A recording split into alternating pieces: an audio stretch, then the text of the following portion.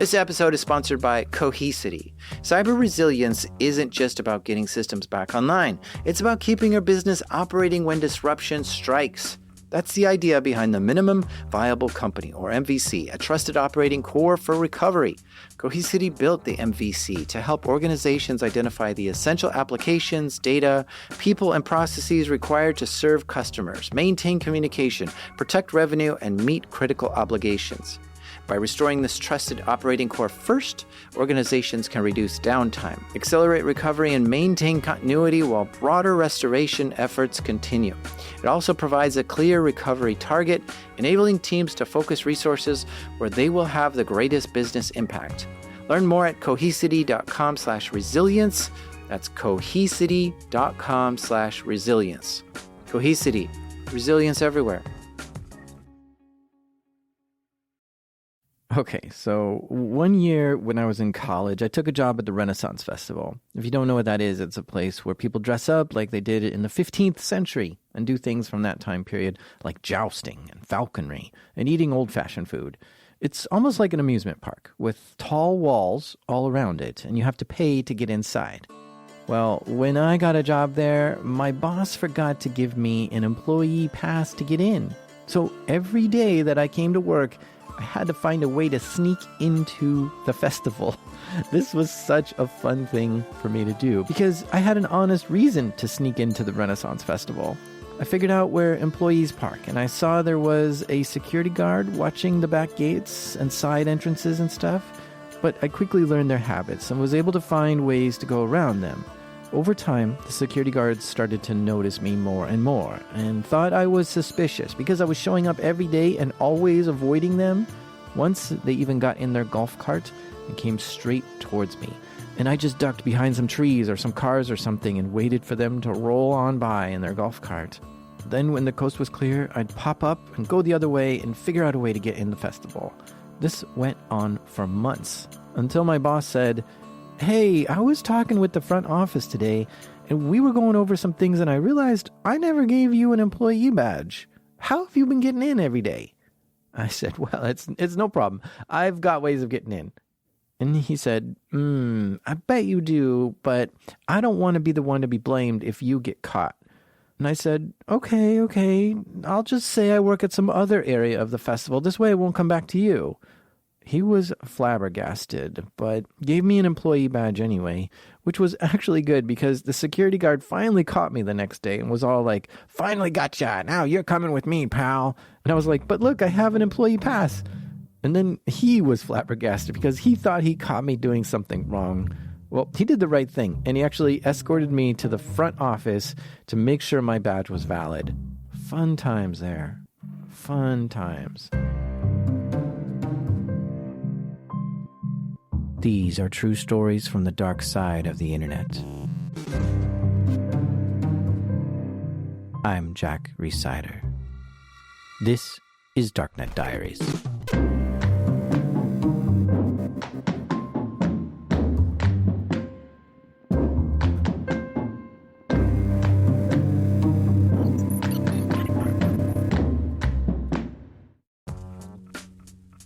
This episode is sponsored by Delete Me. Have you ever thought, I should really be doing something to protect myself from stalkers, scammers, and hackers, but you're not sure what? Here's what you should do. Go to www.joindeleteme.com/darknetdiaries and enter code DD20 and you'll get 20% off Delete Me. And a few years ago I signed up and Delete Me got busy scouring the internet for my name and gave me reports on what they found and deleted stuff.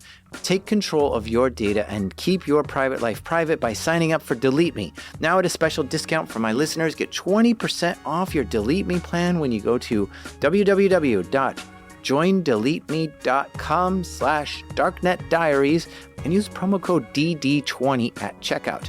The only way to get 20% off is to go to www.joindeleteme.com/darknetdiaries and enter code DD20 at checkout. That's www.joindeleteme.com/darknetdiaries, code DD20.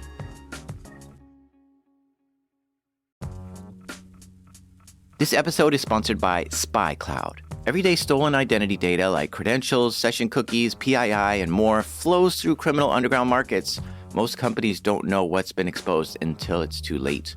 For the last decade, SpyCloud has existed for one reason: to disrupt cybercrime and end criminals' ability to profit from stolen data. That mission has never been more urgent. SpyCloud's latest idea has been to recapture darknet data from successful phishes, info-stealer malware, combo lists, and breachers to put it to good use. They transform it into automated identity threat protection using advanced analytics and AI to protect workforce, consumers, and supplier identities from authentication bypass, session hijacking, account takeover, ransomware, and fraud. Don't wait to become the headline. Find out what criminals already know about your organization. Get your free Darknet exposure report at spycloud.com/darknetdiaries. That's spycloud.com/darknetdiaries. Can you pronounce your name for me? Sure. My name is pronounced Alethe, like a lethal weapon. What are you doing these days with social engineering type stuff? So I work for a company called Critical Insight. Client base is really centered around organizations that provide critical infrastructure. So hospitals, water systems, manufacturing, DoD contractors. But kind of my core interest is growing our social engineering side to do more phishing, and more actual social engineering physicals where we're doing engagements on site. Yeah, Alethe's job is to social engineer Department of Defense contractors to try to get them to do things they really shouldn't do. But how did Alethe get to this point? Well, that's actually a very interesting story. So let's rewind to when she was a kid. So this is kind of a weird journey. So buckle up because this is definitely not the normal how did you get into InfoSec type of story. But I always tell people I am not good at reading people because I'm a social engineer. I'm a social engineer because I'm good at reading people. And the way that I became good at reading people is through a very chaotic series of unfortunate events and terrible relationships. And really, that's the core of how I became who I am, is a series of really crazy events. So can we go that far back? We're going to go all the way back to the beginning. So I was born and raised in South Africa by American parents. When I was around 5 or 6, things with my parents weren't going so great. And by the time I was 7, they'd separated and were living in different houses. And this was kind of the beginning of me having to grow up pretty quickly. My mom was always kind of like the cool big sister, and she really let me have so much freedom as a kid just to explore my own creative ideas and do some really dangerous stuff without really putting guardrails on me. I was the oldest of 3 kids, and so I kind of ended up taking charge of my younger siblings. And when I was 7 or 8, we left the country kind of under the cover of darkness and without the knowledge of my dad. So we moved from South Africa to Botswana to live with my grandparents for a while my mom kind of figured out what she was going to do. And then we moved from Botswana to California around the time I started 4th grade. And when we were living there, my brothers and I were welfare kids. And this is kind of where I got started, really honestly started in social engineering. I was always kind of a manipulative kid. I could figure out how to get adults to do what I wanted them to do for me. But this is really where things started to get interesting. She was a latchkey kid, meaning she'd be home alone with her brothers while her mom was at work. This gave her freedoms to do things without an adult telling her what to do. On top of that, her family didn't have that much money. And in the 90s, it was my mom would just kick us out on the weekends, and I would just rollerblade around town for 12 hours. and get the bus, go downtown, go through all the shops. I learned to shoplift. We would sneak into movie theaters. We would just get into like pretty harmless trouble, just as, pre-teenage kids rolling around downtown doing whatever the heck we could get away with. She was practicing how to be sneaky and manipulate adults into getting what she wanted. At the age of 11, I had my own videotape, like VHS cassette tape rental account at the movie store that was between my school and my house. And they would let 11-year-old me come in and rent movies and take them home and trusted me to bring them back. They opened the account for me with no ID, no nothing. In 7th grade, she moved back to South Africa to live with her dad for a while, and he enrolled her in a very strict Catholic school. And I made like the worst possible mistake that any new kid. And I mean, I wasn't a stranger to being a new kid in a new school where people already had like established friends and relationships, and you were like a complete outsider, because I'd done it now a few times. But this time I decided that I was going to try to be one of the cool kids, which was like the worst thing I ever could have done, ever, ever, ever. Because I started making up just total BS stories about all these crazy things that I did when I lived in America. And it was like the worst. It totally backfired. So this was like a really great lesson for me as a social engineer that, over embellishing, instead of having all the kids at my new school think I was super cool, they actually thought I was a complete and total idiot.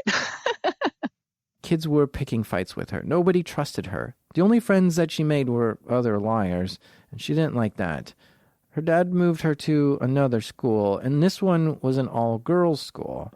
Now, this was in the late 90s in South Africa. Not many schools had computer programs then, but this one actually had a computer lab and really tried to get the girls into computers. So I started doing computer science. I learned to code in Turbo Pascal, and I was just completely like hardcore sucked into this idea that I was going to learn to code so that I could hack this game that we would play just on like the LAN at the school that was called Lord, Legend of the Red Dragon. It's like a completely text-based like role play game type scenario. And so I was obsessed with this game, and I would spend most of coding class playing the game and then catch up on all the coding stuff like after school, and do my assignments and stuff like that then. But I just became completely obsessed with computers and technology and coding, and I just went completely all in on like biology and computer science, and that was my thing. And when I graduated, I went to school at the University of Cape Town, and I was doing a bachelor's in chemical and molecular sciences with a minor in computer science. And this was the year that I just decided to completely just demolish my life. I was 18 and my parents were super strict. And so I decided I was going to just ditch class and go hang out with my boyfriend and, just like be a kid, because I finally had some freedom outside of this very structured all-girls uniform Catholic school kind of environment. So I got into trouble. I got into like big trouble. And I started, for years, I'd been hanging out in IRC chat rooms and stuff, talking to just random people. And I started a few friendships with people, and some of them escalated over the course of like 4 or 5 years. And even though I had like a boyfriend in real life, I also had a few people that I was keeping in contact with over IRC chat rooms. And one of these people essentially groomed me over the course of 4 or 5 years. And it got to the point where I so implicitly trusted this person and was so turned against my own family that I made some really, really terrible decisions, like awful decisions. The person she was chatting with online was from Virginia, on the other side of the world from where Alethe was, in South Africa. The person asked Alethe a lot of personal details, ASL to begin with, age, sex, location, then more details, like her phone number and eventually her address. When they got her address, that's when things got weird. They were sending me care packages like from the United States. So all I know is that the packages came from Virginia, and that when my folks figured out what was going on, they lost it. It really freaked them out. And they were completely justified in their freaking out, for sure. And so it was kind of like the catalyst of this series of events that eventually it ended in me getting kicked out. And South Africa is not the greatest place for you to live alone as a young woman. And it's very dangerous. So my dad was like, look, you can't stay here. You're not going to class. You're not holding up your end of the bargain, basically. And he was completely justified in doing this, but he gave me the opportunity to move back to the States and kind of reboot my life. And I think it really was the best possible scenario given the damage that I had done. I was very destructive in my own life, just had destructive tendencies. I struggled with depression and anxiety, and just kind of like trying to find and figure out who I was going to be something that I would be a lot more successful doing here in the States. So she moved from South Africa back to California, which is where she's been for the last 20 years. But it wasn't easy getting established back in the States. Her college credits didn't transfer, which meant she had to start over with college, and she didn't have a good job to get by with. Her future was just not looking so good, and that led her to depression and anxiety, and she was worrying about how she'd find food just to live. I literally took a job scooping poop at a pet store for minimum wage, and at the time that was $6.25 an hour. And I loved that job because everybody there was so neat, and I got to play with puppies, which was great. Working retail taught her some new skills about how to deal with angry customers. It improved her social and communication skills. And then she got a job at a title company where she had to research who owned certain properties. Through the course of these positions, I learned a lot about public record. I was essentially searching public record for information about people and property and putting together chains of title of property, like from the beginning of time until now, who's owned this property, what documents have been recorded against it, what easements or liens are against the property, etc. This is where she picked up some OSINT skills. OSINT is an acronym. It stands for Open Source Intelligence Gathering. She was learning how to find people and what properties they've owned over time. If it was owned by a business, then she could look up who the owners of that business were. There are a lot of details in public records, and she became a whiz at mining these public records to find the information she needed. But then she quit doing that and had a string of other jobs that all gave her new knowledge in different areas, such as selling mobile phones, doing social media management, marketing, doing tech support for software. And then she landed a job at a staffing company where she was doing research and writing reports. Around that time, her and her husband started an IT company themselves. It was small and not big enough for them to quit their job and do it full time, but they wanted to make sure their services were secure, which is how they heard about DEF CON. DEF CON is the largest hacking conference held every year in Las Vegas, Nevada. And the first DEF CON that I went to, I discovered the social engineering village, and it was kind of like everything I'd been doing since I was a, kid, kind of all coming together under one umbrella called social engineering. At DEF CON, they have these villages. There's biohacking villages, which has people hacking medical devices and their own bodies. There's a car hacking village where they have an actual car in the conference that you can try to hack into. And there's just so many. There's lockpick village, IoT village, wireless village, voting machine village. But one of the most popular is the social engineering village. Here they have speakers up on stage sharing their tricks of the trade, which is basically how to manipulate people to get them to do things that you want them to do, such as letting you in a secure building, clicking a link in a phishing email, or calling someone up and getting them to tell you a key bit of information that might help you break into the place.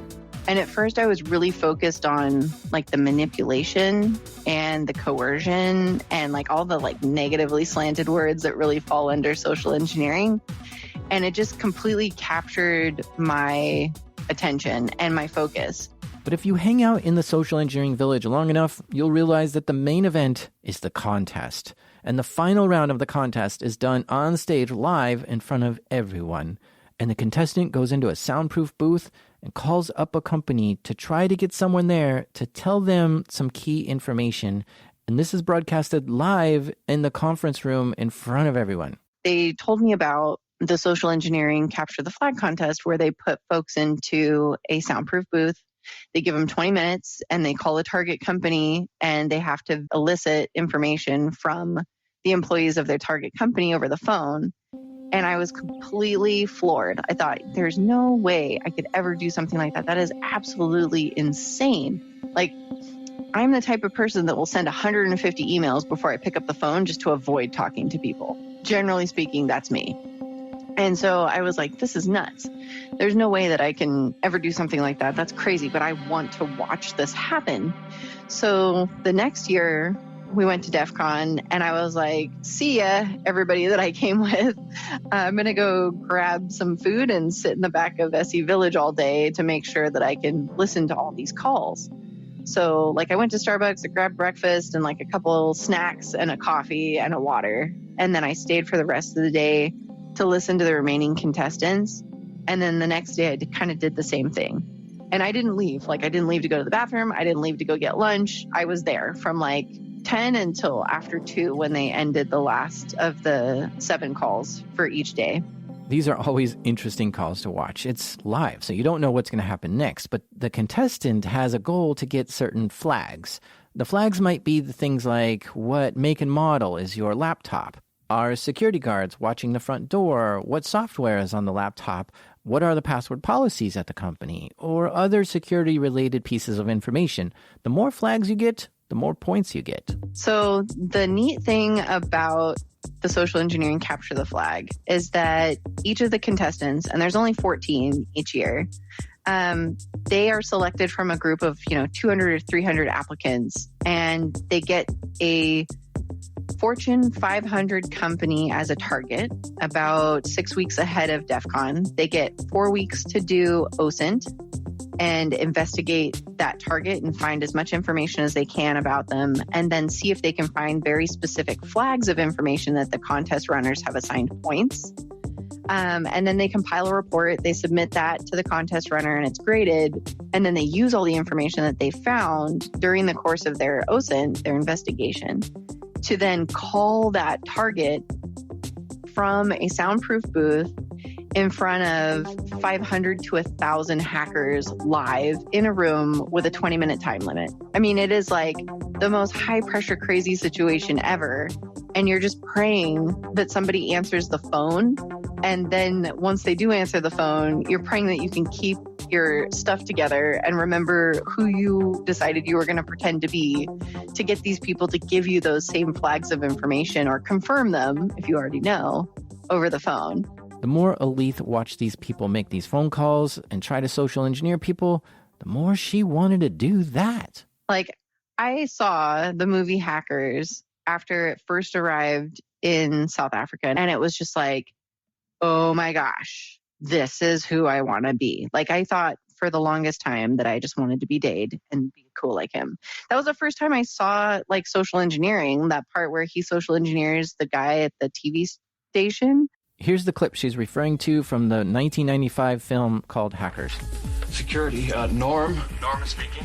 Norman, this is Mr. Eddie Vedder from accounting. I just had a power surge here at home that wiped out a file I was working on. Listen, I'm in big trouble. You know anything about computers? Gee. Right, well, my BLT drive on my computer just went AWOL, and I got this big project due tomorrow for Mr. Kawasaki, and if I don't get it in, he's gonna ask me to commit harikiri. Yeah, well, you know these Japanese management techniques. Could you read me the number on the modem? It's a little boxy thing, Norm, with switches on it. Lets my computer talk to the one there. 212-555-4240. It just completely floored me. I thought that was the coolest thing ever.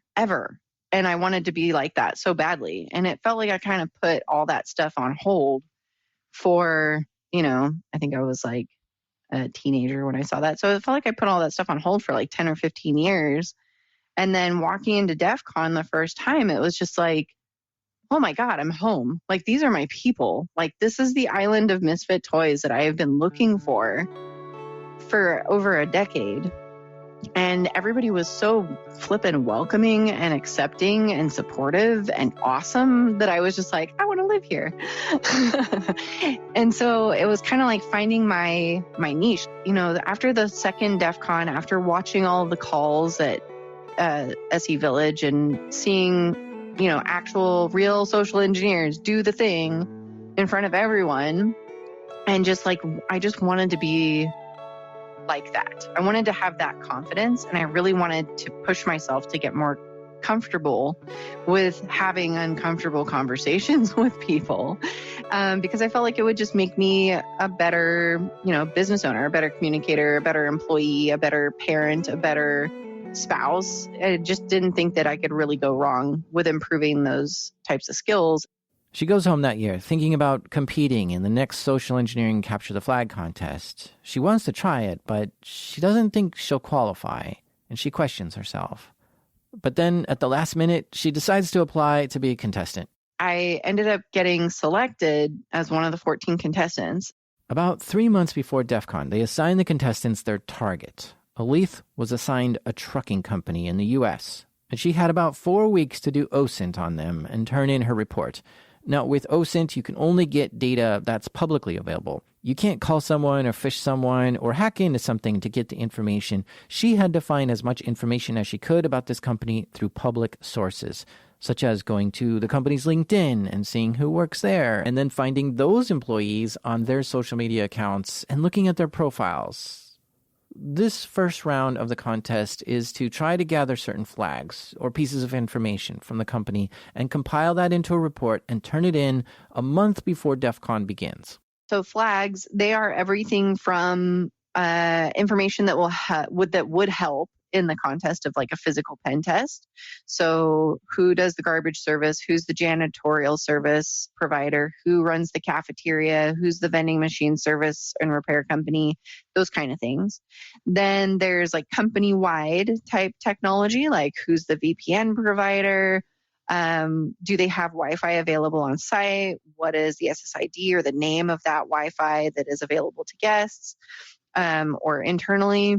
The version and the type of browser they use, their PDF viewer, whether or not they use a specific parcel service, the make and model of the laptop or computer that the employee was issued. Alethe begins collecting data on this trucking company. So I had a tough time figuring out the best way to do this. In brief, I started the company website, and then from there, I'll move into company review websites like Glassdoor and Indeed to learn about company culture and any like inflammatory things that I can use to kind of build rapport with the employees.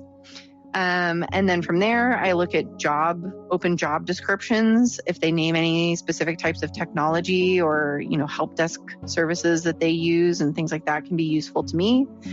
And then once I'm done with like company review websites and job descriptions, then I'll get into some more detailed snooping. Usually this involves a lot of Google dorking because now I've kind of got an idea of what type of pretext I'm going to use, and I want to find more information to support that pretext. So say I want to impersonate an internal employee and call the help desk, then I might be Google dorking to look for all documents that are on that domain that are a file type PDF that contain the word onboarding or new hire or something like that. Because I want to find where it says, you know, if somebody's abusing technology, call this number. And usually that's their internal help desk. So that's kind of an example. But I kind of just, I use a lot of social media as well. So I will find the address of the headquarters or the branch locations that I want to target.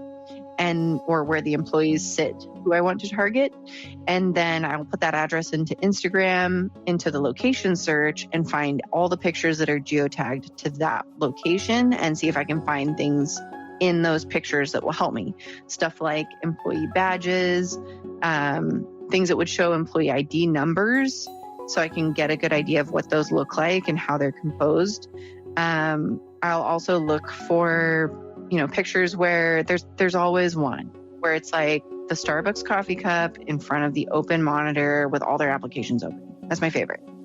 And then from there, I just kind of snoop around until I find some more of the stuff that I want. Like, I want to know who the cafeteria vendor is. One of my most favorite pretexts is that I will call and pretend to be from the corporate office of the cafeteria vendor for the cafeteria that's within the headquarters or the office building of my target company, because it's usually like it's not close enough to them for them to go, oh, what's your name? Let me put it in the global directory and pull you up. But because it's an entity that has authorization to be within their building, it's kind of inherited the trust of that organization.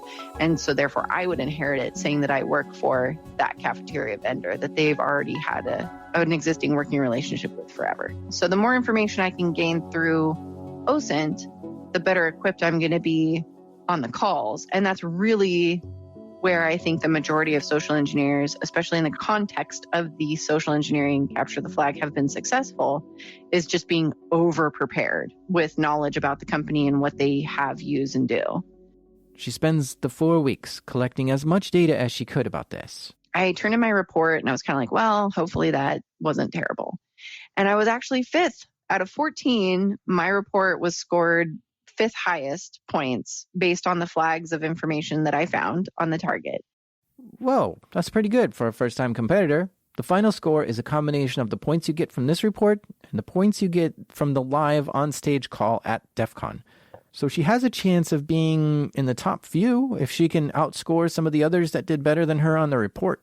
So what happens at DEF CON for the actual competition is you report to SE Village. They get you, checked in and whatnot. And then when it's your turn, they put you into the booth. You get a pair of headphones and you are sitting on a stool in front of a, pretty high quality microphone. And you have a list of the numbers that you want to call.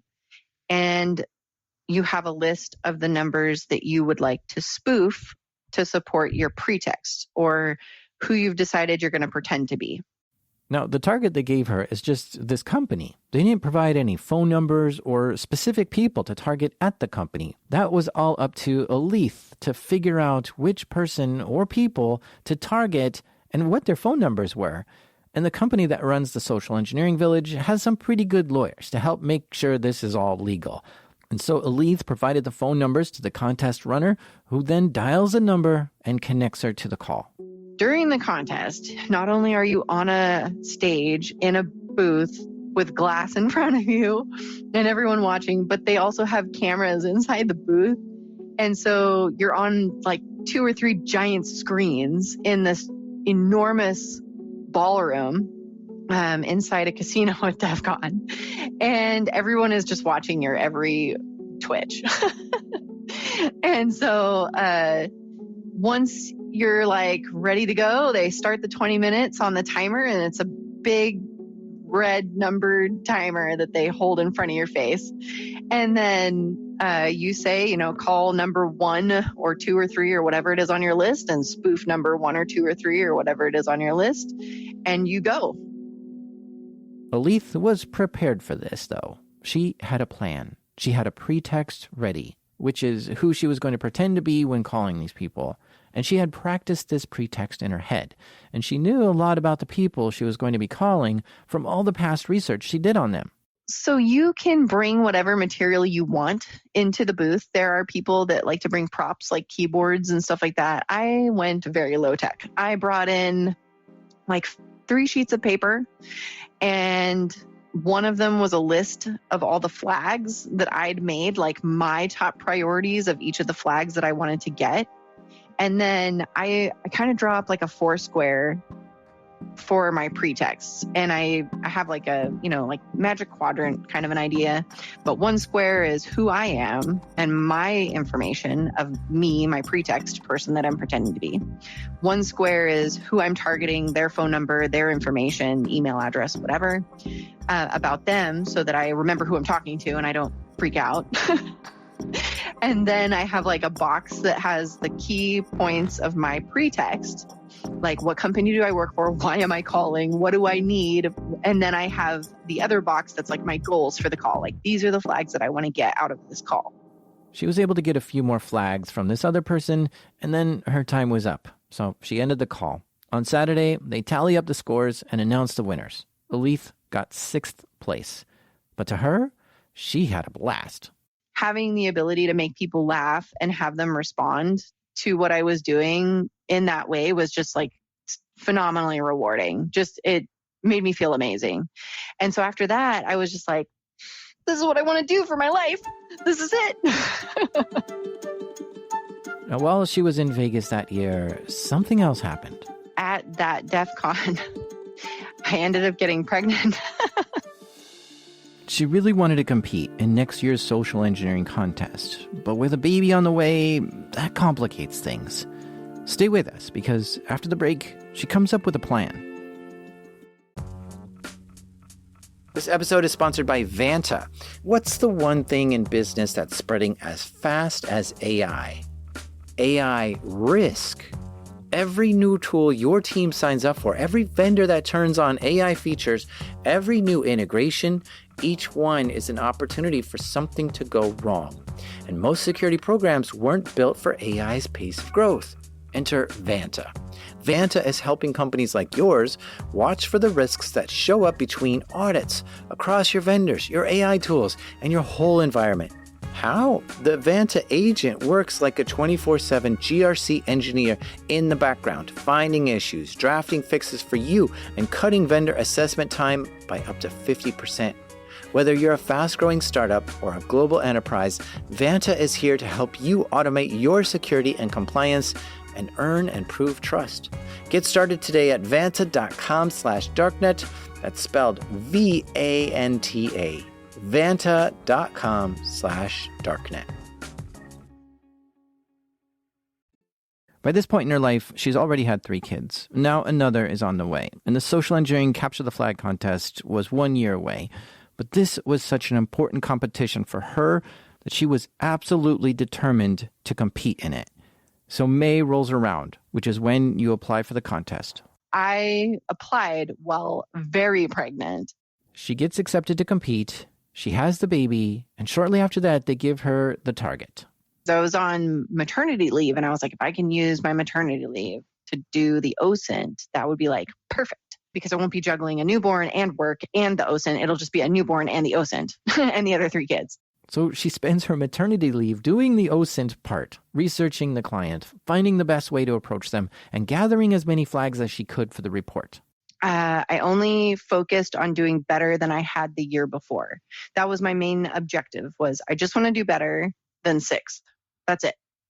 Like, if I can get into the top 3, that would be amazing, but I just want to do better than I did the year before. I almost did not want to win. I didn't want to win because as soon as you win, you can't compete anymore. You're out. And I really enjoy playing the game more than anything. So I went into it determined to do better than 6th. I did the OSINT for my report. I turned the report in, and I ended up placing 3rd in the report scoring. So I was like, hey, if I hold 3rd, that would be crazy. If I was able to push it up to 2nd after the call round, that'll be nuts. So I went to DEF CON, took the baby. For this trip to DEF CON, she takes herself and her 3-month-old baby and her husband. The other 3 kids stayed back at home in California. And so they fly out to Las Vegas. DEF CON starts on Thursday and goes all weekend to Sunday. and she had to get back home by Sunday night because her kids started school Monday morning. So I ended up bringing a 3-month-old baby with me to DEF CON, which I don't recommend, and I highly discourage anyone to do in the future because it's not great. It's not a fun experience. But I committed to competing, and I wasn't sure if I was going to be able to compete after that. And so I was just like, I'm going to go for it. Like, she'll be young enough, and I'm an experienced enough mother to know that a kid under the age of 4 months is highly portable, easy to feed, very easy to take care of. And very cooperative compared to like the toddler age for going to Vegas. So in the morning, I just got all my stuff ready, went to SE Village. I was competing on the first day, which was Thursday, and I was the last person to compete that day. So I was 7th on the first day. And I tried to watch the rest of the calls, but I really wanted to be respectful of the other contestants. So like if the baby got fussy, I would walk out to the hallway and go take care of her, or stand in the back of the room just so that other people could see and I wasn't a distraction or, being disruptive. And so I missed so many of the calls, which sucked because I really wanted to watch them all. And then when it was my turn to go, like I ran to the bathroom like 5 minutes before my time and I'm like, don't worry, I'm coming back. And then changed the baby, finished nursing the baby. I'd run back up to the front, like throw the baby at my husband and just like prayed she didn't start crying while I was in the booth because as a mom, it just like triggers you, especially very shortly after having a baby. If you hear a baby crying, like it just like sidetracks your whole brain. And I wanted to like be able to maintain that focus. So I was praying she wouldn't start crying. And sure enough, as soon as I started dialing the first number, she started crying. And I think it's just because they were like broadcasting the ringing of the phone out to the whole room. But it was just kind of like an overwhelming situation for her, which I totally appreciate. So I just had to like put myself in the zone and like ignore everything outside of the booth. Like everything outside of the booth just was blackness. And I had to focus on who I am, who I'm calling, what I'm doing, what I'm saying. Like that's all that matters right now. So my first call was going to be to tech support, and I was going to pre-text as a new intern because it's summer and this company had a lot of summer interns and they were very public about that on social media. So it fit. And I was just going to be like, I'm trying to go to this website for training and I can't get there. Can you help me? Can you try it? And finally, I convinced this person to go to the link and they confirmed what they saw. And then I just said, oh my gosh, I'm such an idiot. I wasn't even on the internet. And I just tried to get off the phone with them as quickly as possible so I could salvage as much of my 20 minutes as I could. So after that call, I hung up and I decided that I was going to target their regional sales people, their remote sales people that were responsible for various regions of the United States. And my target was a ginormous tobacco company. So I almost didn't feel bad. So I ended up getting their cell phone numbers and through my OSINT for these regional salespeople. And I learned a ton about how they treat their salespeople from the company reviews that were left on Glassdoor by salespeople. And I knew that they had company cars, company laptops, company cell phones, and all that stuff. So I knew a lot of what they would have already, and I could just make this super easy and ask them to confirm it. But I needed to figure out how I was going to give myself the authority to ask those questions without raising their eyebrow, so to speak. So the pretext that I came up with was I was helping IT contact people whose computers hadn't connected to the VPN in a while because we were getting ready to replace remote workers' laptops. And we were trying to confirm what software and applications they had on their computer before we shipped the replacement computers out. And every remote worker wants a new laptop because every remotely deployed laptop has issues. It's just a fact. And so I was like, I'm incentivizing them with a new laptop. They are going to trust me because I sound nice and likable. And I'm an internal employee. So I started the call by saying, hi, this is Bethany. I'm calling from the headquarters in this town. And so immediately they know who I am, where I'm calling from, and that I'm an internal employee. So I've like knocked all those things out of the list of objections already. And I've made them feel better about the fact that I'm internal by saying where I am located. So they feel safe that I'm calling from the headquarters and I know where that is and it sounds legit. Then I gave myself a name that was a little younger. And I tried to sound like I raised my voice just a teeny bit just to sound a little younger. And then if they pushed back about the IT part, I was just going to be like, yeah, I'm an intern. I'm just helping IT. And so I don't know, but they just gave me this list and, you know, the sooner I can get this done, the faster you'll get your laptop, basically. 0 people pushed back, no people. And so I said, you know, we're getting ready to send out these laptops. Do you have a couple minutes just to go through your computer with me and answer a few questions to make sure that we get you all the programs and applications that you need installed before we ship this out? And they're like, of course I do. And I talked to one gentleman and then he was super helpful. And I got like through my whole list of flags, really, like every single flag, he just gave it to me. And then I, you know, very politely ended the call and I decided instead of calling the person that I planned to call, I was going to call the next one. And I don't know why I decided to do that, but I did. It was just like the most amazing success on each one of the calls. And on the last call, the guy that I called was like, oh man, well, I'm not on my computer because I'm actually 3 months into my 4-month paternity leave. And I was expecting him to shut me down. And I just said, oh no, I'm so sorry. Like, I'm so sorry to bother you. Let me let you go. Cause I was like trying to conserve as much time as possible to try to make another call. And he's all, well, you know, hold on, let me just go get the laptop. And I was like, what? So he went and got the laptop. And as he was like booting it up, I was just like, okay, shoot, what can I get out of him while, you know, this thing is booting up? And so I was just like, yeah, that's so crazy. I just had a baby too, which is totally true. I'm like looking at my 3-month-old baby. And he was like instantly ready to just tell me everything. And so I asked him like, you know, while their computer's booting up, is it this brand, this model? And he's like, yeah. And I was like, and did you have to type in the thing for BitLocker just now? And he's like, oh yeah. And I was like, and, you know, and I just walked him through all the stuff. And at the end of the call, it was like, I knew I had like seconds left and I wanted to make sure that I ended it, you know, on a nice note and it wasn't just like a click hang up.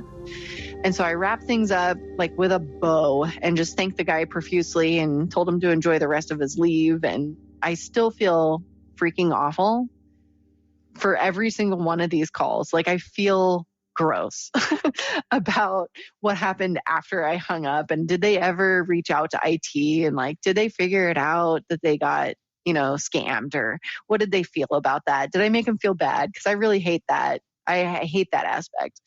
The nice thing about doing this for real, for money with clients who know I'm going to call them and who I give a report to, is that I can kind of like beg forgiveness after the fact and like make amends, so to speak, with them and just be like, yeah, sorry, that was a test. And, you know, you did really great at this part, but you did really bad at this part. And, you know, this is a safe learning experience. It's much better that you failed now than with an actual attacker kind of a thing.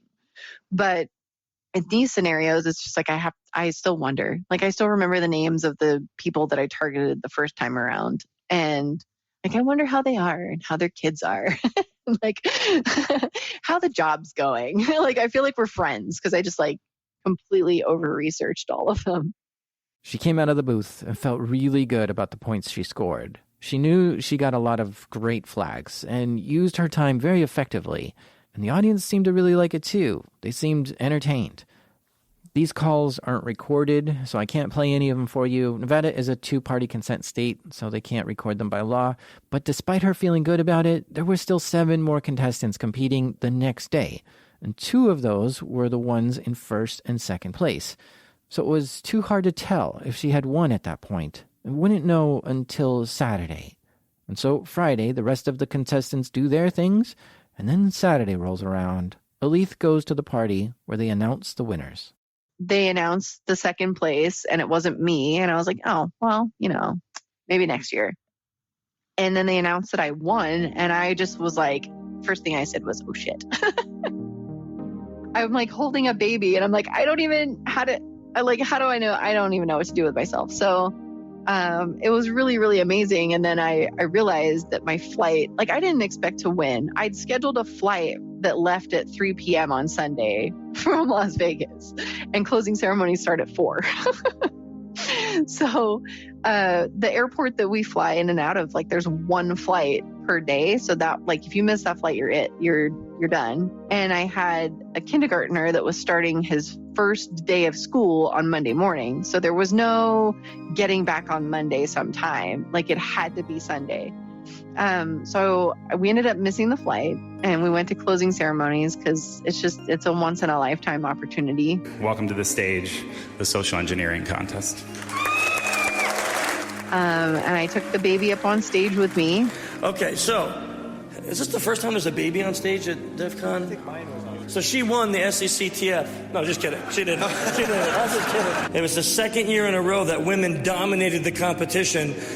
We again have 2 women in the first and second place. So good job. Keep it coming.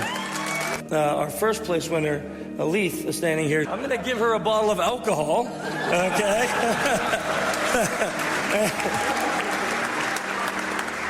I'm going to give her a 10th year SE Head Award, and DEF CON's going to give her a black badge. So,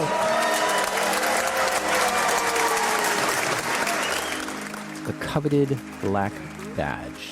By winning this contest, the main prize you get is a DEF CON black badge, which is very prestigious, despite the award ceremony being hosted by a guy named Grifter. On paper, all it does is it gives you free access to DEF CON for life.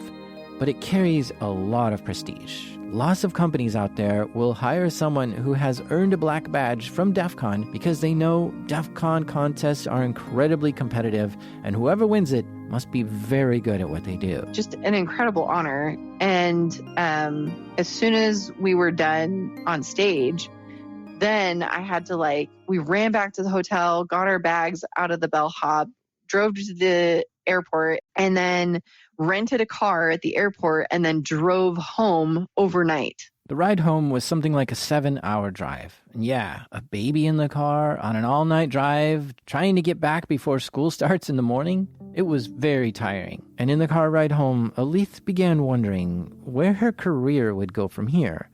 She hoped someone would hire her to do this for a living.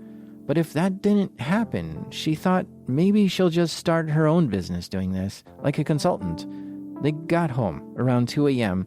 and got everyone to bed. After that, it was like I got 2 hours of sleep, woke up, got the chalkboards all made up, and then did first day of school pictures with my kids, and it was like back to normal life. And I went back to work at the staffing company. And going back to work at that staffing company was not nearly as fun as the rush of doing social engineering engagements. So she set off searching for a new role as a social engineer somewhere. And you know what? There are quite a few companies out there that do hire social engineers. It can be included as part of a security assessment to see if the company has any weak points that a social engineer can expose. And sometimes social engineers go on site to do a physical assessment to try to find a way in the building and plant some rogue hardware in the network that someone can jump into from outside and then bounce off to get inside the network.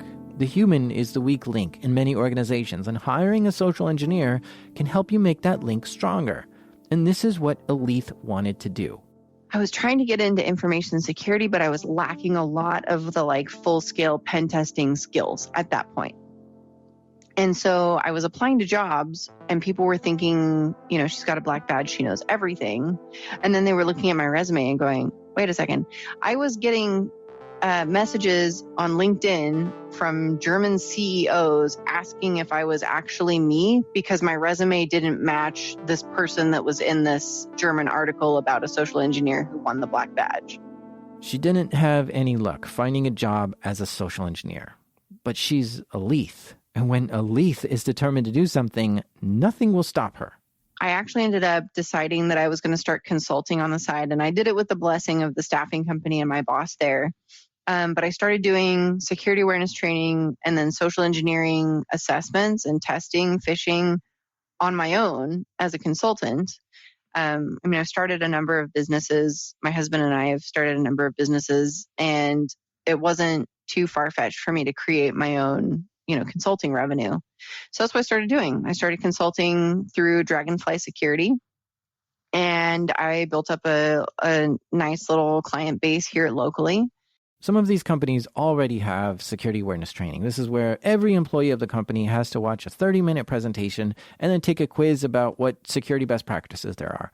But some companies want to take this training a step further and send phishing emails to all employees to see if any of them would still fall for it after they've been trained in security awareness. I don't believe personally in setting your employees up to fail. So I always encourage doing the security awareness training, at least within, 6 months of doing testing. But it's an opportunity for employees to learn from the experience and practice defending against these types of attacks, because it's something that if you're caught off guard, it can be extremely easy to fall for the types of tactics that these manipulators will use and the psychology behind social engineering, which really, really centers around the 6 principles of influence. So all the stuff that scammers use to trick you into answering their questions, and also that used car salesmen use to get you to buy a car. But it's an opportunity for clients to sometimes check a compliance box, but more often than not, it's really to make sure that their staff are absorbing the security awareness training and that they are able to defend against these kind of attacks in like a real world simulation. So she did that for a while on her own, but really wanted to be part of a team where she could learn from others who do this and to be able to focus on it more. Because as an independent contractor, you're spending half your time just trying to find clients. So she eventually found an opportunity to join a company called Critical Insight, which does provide penetration testing to clients as well as social engineering engagements. And this is where Alethe is today. One of the things she does there is try sending phishing emails to clients to test their reactions to it. In a phishing engagement, I'm going to try to phish every person at least twice during the campaigns that I launch against the client. And I do this because, and not for the purposes of just collecting statistical information like how many clicked on the link, how many opened the email. What I am actually focused on is how many people report that phishing email, how quickly is the first report received, and what types of internal communications are happening at the client during the course of the campaign. Like, that's what I'm really looking for. That's what I want to see.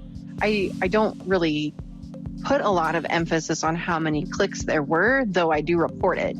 And typically I would expect between like 10 or 20% click rate from the average organization. Maybe 4 or 5 years ago, it would have been like a 30 to 60% click rate. But now that people are becoming more security conscious and more aware of social engineering, that number is going down. So when a company hires her to run a phishing campaign on the company, here's what she'll do. What I typically do is I will set up a landing page that is to collect credentials, and I will set that landing page up to look like an internal portal that employee is used to putting their credentials in. And then I will, over the phone, direct them to go to my suspicious URL.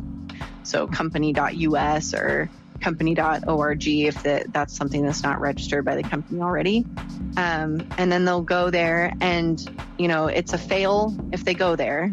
And then it's a fail, another fail if they enter their credentials and I'm able to capture those credentials, because now I can log in as them and get to things that I should not be able to get to. Sometimes she sends an email like this to everyone in the company. Sometimes she's given the task to target certain individuals, like perhaps some key people in the company. And on assignments where she has to target certain individuals, she'll sometimes do vishing calls. This is like phishing, but it's a phone call. Just like during the contest she practiced in, she'll call up people to try to get information from them or get them to do something they shouldn't, and then put that in her report. And her clients are often involved with critical infrastructure or even Department of Defense contractors. And so that's the story of how Alethe became a person whose day job is phishing Department of Defense contractors. It's a wild and weird journey for her to get here. But sometimes we need to go through wild and weird journeys just to find our true calling. All of that crazy stuff really has allowed me to get better at able to pivot in conversations and kind of like critically solve problems very quickly. And that's something that I think is really beneficial for social engineers. I know a lot of social engineers encourage people to do improv. I've never done improv, but I think that just naturally running towards uncomfortable conversations that are organic and real is the only way to really get good at this stuff. Running towards uncomfortable conversations that are organic and real is the best way to get good at this. Like, take your mixer that you bought at Costco 8 years ago and go try to return it. Huh. I wonder if I'd be good at this, because I've had quite a bit of uncomfortable conversations, and I don't have that social anxiety that comes with them anymore. Like sneaking into the Renaissance Festival, that's no problem. I don't mind dumpster diving or asking a store if I can have things that aren't actually for sale there, like decorations or promotional banners or something. And I have zero worry about being kicked out of a place that I'm not supposed to be in. Maybe this is the job for me.